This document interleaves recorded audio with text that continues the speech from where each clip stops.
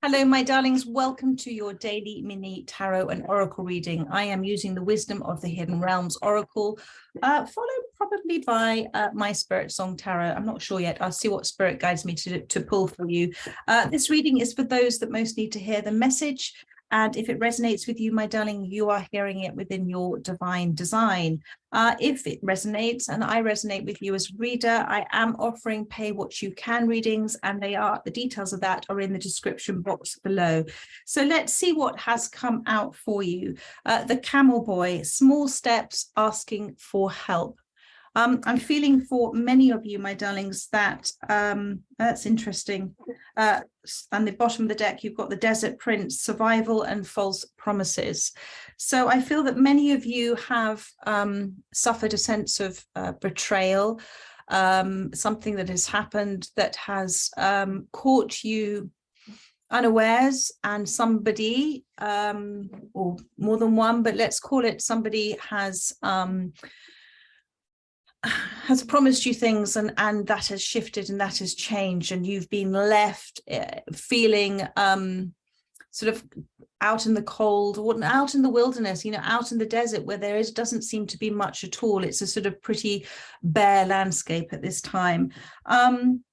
Now, what Spirit is urging you and asking you to do with the Desert Prince is to start to make some form of movement. Okay, yes, small steps in terms of taking action, but start to take some form of movement.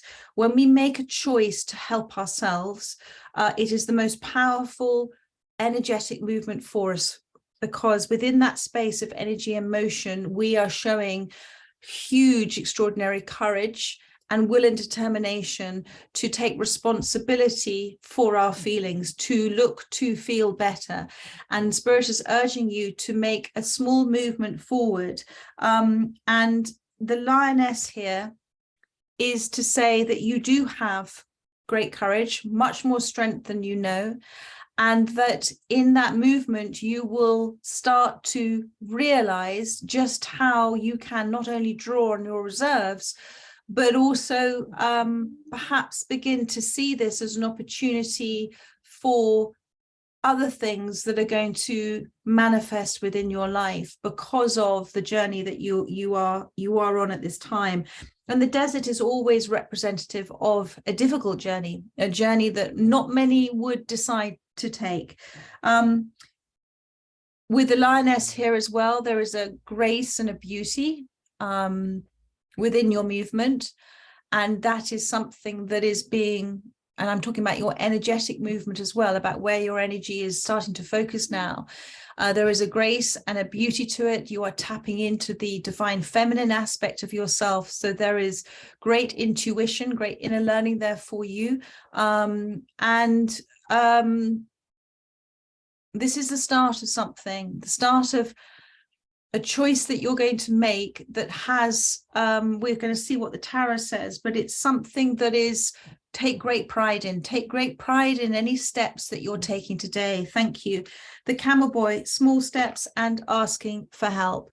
So there is the flute here. The flute is representative of your insight, of your intuition, of listening to that quiet, almost flute sound that you couldn't hear if the great big orchestra was playing. And that orchestra is our mind. Sometimes it's beautiful and it's in harmony, and other times it's just great big clashing noises when they're doing a warm-up, let's put it that way.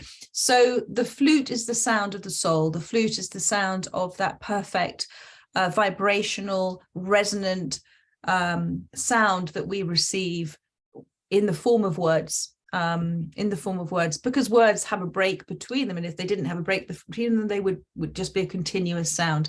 So within that space, Spirit is saying, ask yourself for help, first of all.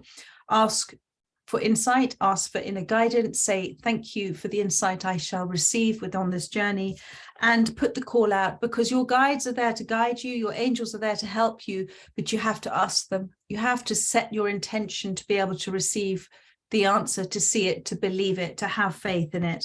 And in terms of taking those small steps and asking others for help that you also resonate with, you are making much bigger strides than just some small steps. because it may be a small step, let's say for the camel, which is taking you, which the camel is a sign of both will and determination and endurance and strength.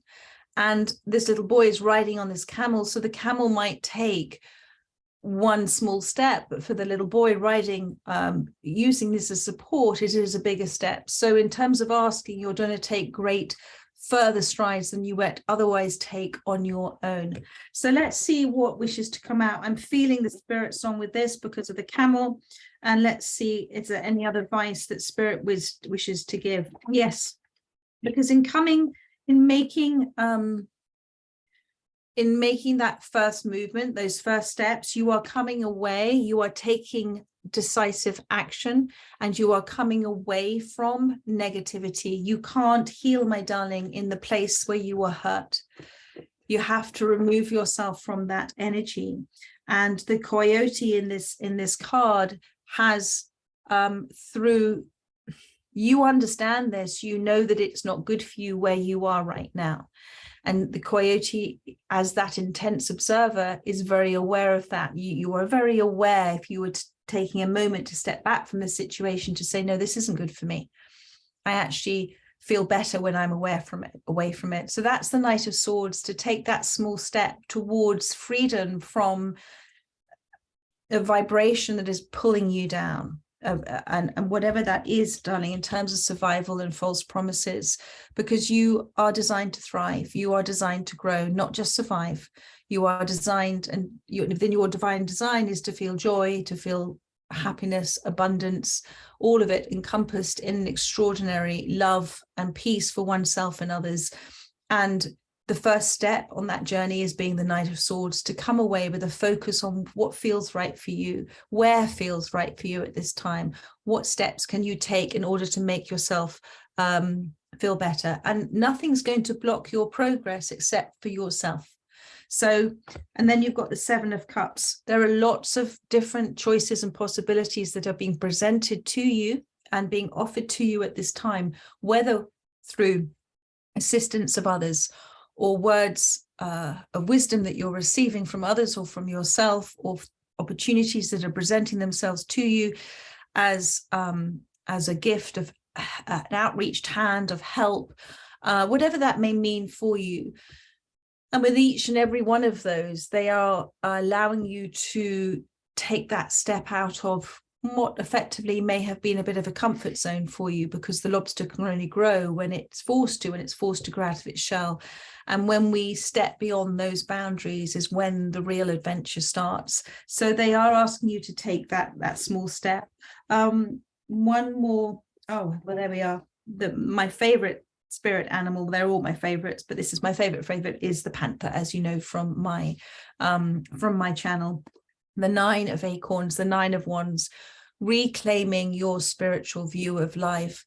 There is great power from you starting to become more and more aware of your perception of life through the eyes of the universe, through spirit, through divine.